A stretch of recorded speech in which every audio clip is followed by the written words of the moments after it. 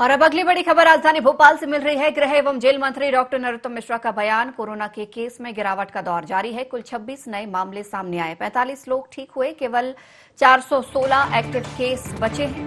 56,000 से ज्यादा सैंपल लिए गए। संक्रमण दर 0.03% रही है। दिग्विजय सिंह के ट्वीट पर भी बोले मोहन भागवत का मंतव्य राष्ट्रवाद का और जोड़ने वाला, जबकि दिग्विजय सिंह का मंतव्य विभाजनकारी राष्ट्रवादी सोच की बात भागवत करते हैं, जबकि दिग्विजय सांप्रदायिक की बात करते हैं।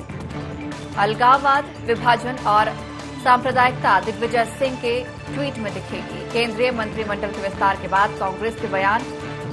इंजन में गड़बड़ी लेकिन डिब्बे बदलने पर जवाब। कांग्रेस के इंजन की गड़बड़ी की वजह से उनकी ट्रेन पटरी से उतरी है, आज तक पटरी पर नहीं लौटी। कांग्रेस अब डूबता जहाज है।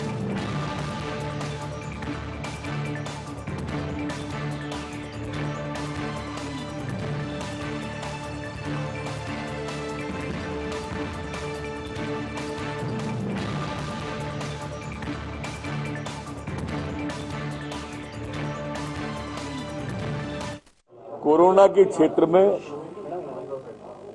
आशाजनक सफलताएं लगातार मिल रही हैं। 26 नए पूरे प्रदेश में प्रकरण कुल आए हैं, जबकि जो ठीक होकर अपने घरों के लिए 45 लोग गए हैं। पूरे मध्य प्रदेश में 416 कुल एक्टिव केस ही बचे हैं। कल हमने सैंपल 76,394 सैंपल लिए। पॉजिटिविटी रेट, संक्रमण दर हमारी अब 0.03% रह गई है, जबकि रिकवरी रेट ठीक होने की हमारी 98.8 है। सैंपल लेने की प्रक्रिया इसी तरह से लगातार जारी रहेगी, जिससे तीसरी लहर का अंदेशा भी अगर कहीं दिखता हो तो उसके फन को वहीं कुचला जा सके। पूजनीय भागवत जी का मंतव्य सदैव राष्ट्रवाद को के लिए रहता है, जोड़ने के लिए उसके रहता है। दिग्विजय सिंह जी का मंतव्य हमेशा तोड़ने और विभाजनकारी रहता है। उन्होंने राष्ट्रवादी सोच जिनका है उनकी बात कही है। दिग्विजय सिंह जी अलगाववादी सोच वालों की बात कर रहे हैं। जो शब्द उन्होंने लब जिहाद प्रयोग किया है, धर्म स्वातंत्र विधेयक का, ये भी उन्हीं लोगों के लिए विधेयक आया है कि जो लब के नाम पर जिहाद की तरफ ले जाते हैं। आप तो इनकी सारी तुलनाएं उठाकर देख लीजिए। दिग्विजय सिंह जी हर ट्वीट में विभाजन दिखेगा या वैमनस्यता या सांप्रदायिकता दिखेगी। अब कांग्रेस का जिसने सफाया कर दिया हो, जिस इंजन की वजह से आज तक वो पटरी पे ही नहीं आ पा रहे हों, तो उनको तो उसी में गड़बड़ी नजर आएगी मित्र। उन्हें किस में नजर आएगी? फिर नेता प्रतिपक्ष नहीं बना 10 साल से। देखो, मैंने कल भी कहा था बरनौल भेजने की, मैं आज भी कह रहा हूं, इनका कोई इलाज नहीं है। इतनी मुस्तैदी से अगर ये अपनी पार्टी पे ध्यान दें तो शायद कहीं थोड़ी बहुत गुंजाइश पैदा हो, अन्यथा डूबता जहाज है। भेजे मैं ले लूंगा, पर मेरे को भेजेंगे काहे? मैं तो जल नहीं रहा उनसे। जो जल रहा है उसको भेजा जाएगा जो बरनौल, मैं कब जल रहा हूं उनसे?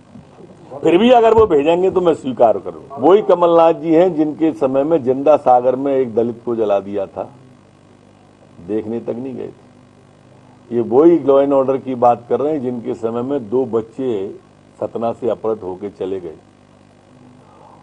और हम चीखते रहे, लेकिन उनकी लाशें ही वापस आई, बच्चे वापस नहीं आए। ये वही कमलनाथ जी हैं जिनके समय में अनाचार, अत्याचार और भ्रष्टाचार चरम पर था 15 महीने में। वो अगर बात करेंगे नीति की तो वास्तव में फिर बरनौल तो भेजने की बात आएगी। सभी को बधाई, सम्मानित मंत्रियों को, माननीय सिंधिया जी को महत्वपूर्ण विभाग मिला, प्रदेश का काफी लाभ होगा। हमारे दतिया सहित हमारे यहाँ भी हवाई पट्टी है, इसलिए मुझे बहुत उम्मीद है उनसे। और मध्य प्रदेश में भी सिंधिया जी का जैसा विकास के मामले में रहता आया है, विकास के पक्षधर वो हमेशा से रहे, विकास ही उनका मूल आधार रहता है, विकास की ही हमेशा उन्होंने बात की है। बहुत वरिष्ठ सांसद हैं, 7 बार के लगभग सांसद हैं वो, पहले भी केंद्र में मंत्री रहे, अब कैबिनेट के मंत्री बने। दोनों मंत्रियों से प्रदेश को बहुत लाभ होगा। काफी मंत्रियों और सभी के महत्वपूर्ण विभाग भी हैं मध्य प्रदेश के। आज महामहिम राज्यपाल जी का शपथ ग्रहण समारोह है 11:30 बजे। उनको स्वागत मुख्यमंत्री जी ने भी किया था, मैं भी था।